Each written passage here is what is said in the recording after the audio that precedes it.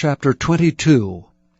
David therefore departed thence, and escaped to the cave Adullam. And when his brethren and all his father's house heard it, they went down thither to him.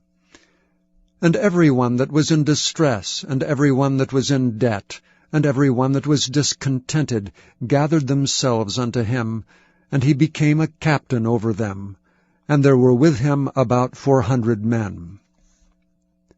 And David went thence to Mizpeh of Moab. And he said unto the king of Moab, Let my father and my mother, I pray thee, come forth and be with you, till I know what God will do for me.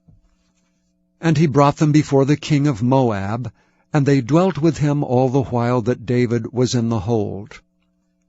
And the prophet Gad said unto David, Abide not in the hold, depart, and get thee into the land of Judah.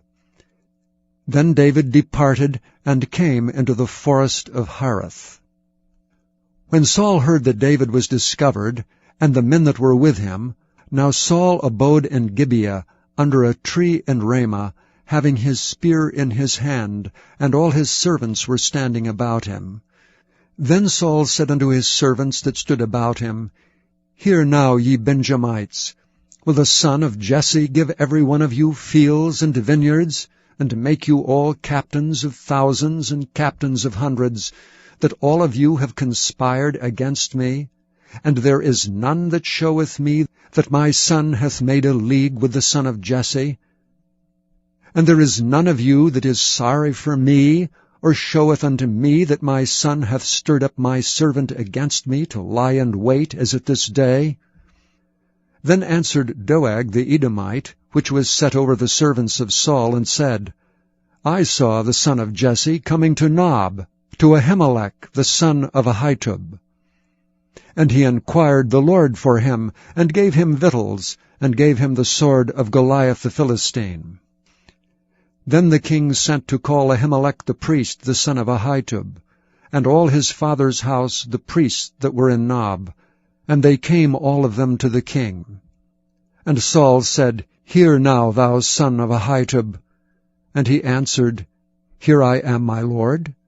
And Saul said unto him, Why have ye conspired against me, thou and the son of Jesse, and that thou hast given him bread and a sword, and hast inquired of God for him, that he should rise against me to lie in wait, as at this day?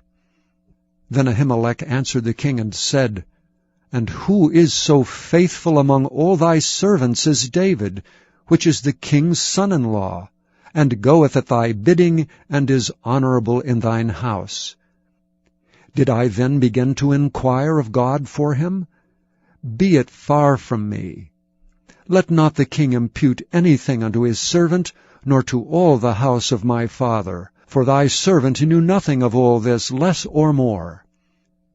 And the king said, Thou shalt surely die, Ahimelech, thou and all thy father's house. And the king said unto the footmen that stood about him, Turn and slay the priests of the Lord, because their hand also is with David, and because they knew when he fled, and did not show it to me. But the servants of the king would not put forth their hand to fall upon the priests of the Lord. And the king said to Doeg, Turn thou and fall upon the priests. And Doeg the Edomite turned and fell upon the priests, and slew on that day 75 persons that did wear a linen ephod. And Nob, the city of the priests, smote he with the edge of the sword, both men and women, children and sucklings, and oxen and asses and sheep, with the edge of the sword. And one of the sons of Ahimelech, the son of Ahitub, named Abiathar, escaped, and fled after David. And Abiathar showed David that Saul had slain the Lord's priests.